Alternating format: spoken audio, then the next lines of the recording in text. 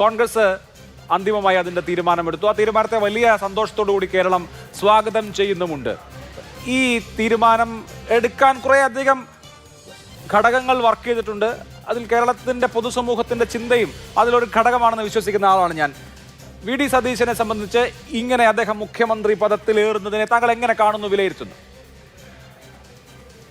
ഇത് ഞാൻ ഇതിനെ കാണുന്നത്, ഈ കഴിഞ്ഞ ഒരു 10 ദിവസത്തെ അല്ലെങ്കിൽ 11 ദിവസത്തെ ഈ ഇടവേള വി ഡി സതീശനെ വളരെയധികം അനുകൂലമായ ഒരു ഘടകമായി മാറുന്നത്.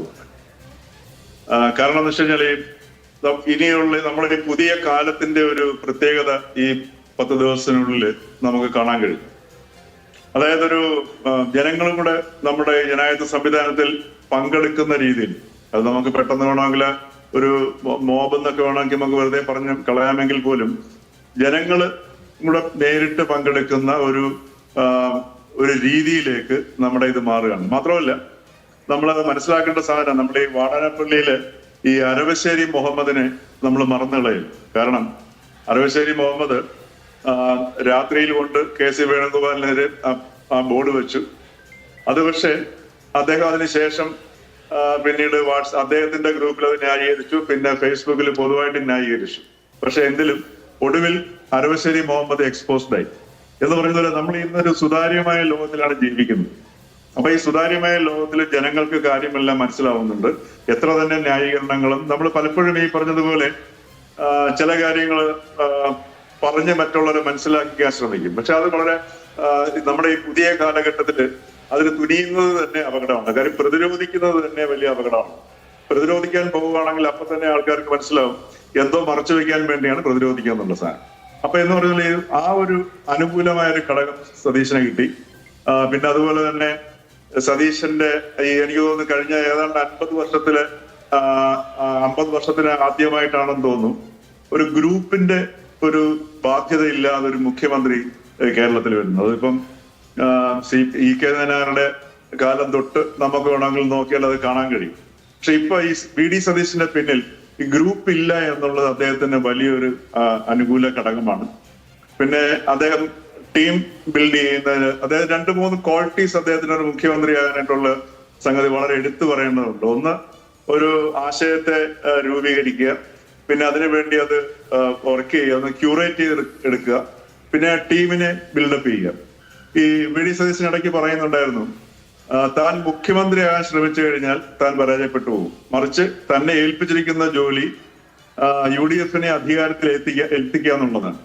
ആ UDF അധികാരത്തിൽ എത്തിക്കുക എന്നുള്ളതിൽ ഫോക്കസ്ഡ് ആയിട്ട് വർക്ക് ചെയ്തു. സ്വാഭാവികമായിട്ടും അതുകൊണ്ട് തന്നെയാണ് അദ്ദേഹത്തിന് ഗ്രൂപ്പിലേക്ക് ശ്രദ്ധിക്കാൻ പറ്റില്ല. മുഖ്യമന്ത്രി ആകാനുള്ള ശ്രമത്തിലേക്ക് ഗ്രൂപ്പുകളെ അല്ല MLA-മാരെ കൂടെ നിർത്താൻ കഴിഞ്ഞില്ല. പക്ഷെ അദ്ദേഹം ഈ മുന്നണിയെ വിജയത്തിലേക്ക് കൊണ്ടുവരുന്നതിൽ വിജയിച്ചു. ഒടുവിൽ അദ്ദേഹം തന്നെ മുഖ്യമന്ത്രിയായി എന്നുള്ളതും നമ്മൾ കാണേണ്ടതാണ്.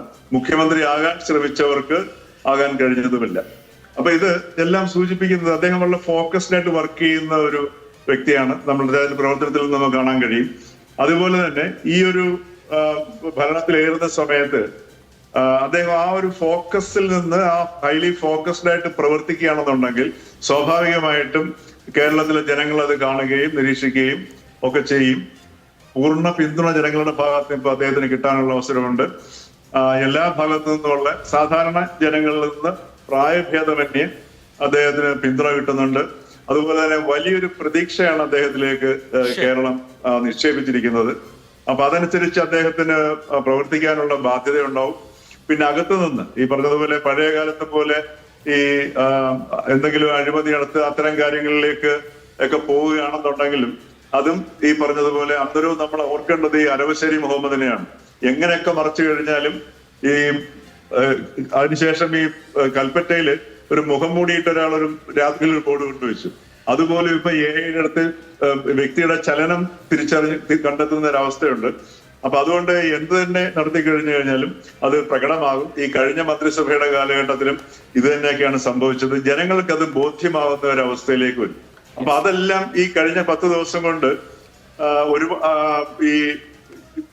ആ ഒരു ഗ്യാപ്പിൽ മനസ്സിലായത് ഈ പുതിയ കാലഘട്ടത്തിന്റെ ഒരു തുടക്കമാണ്.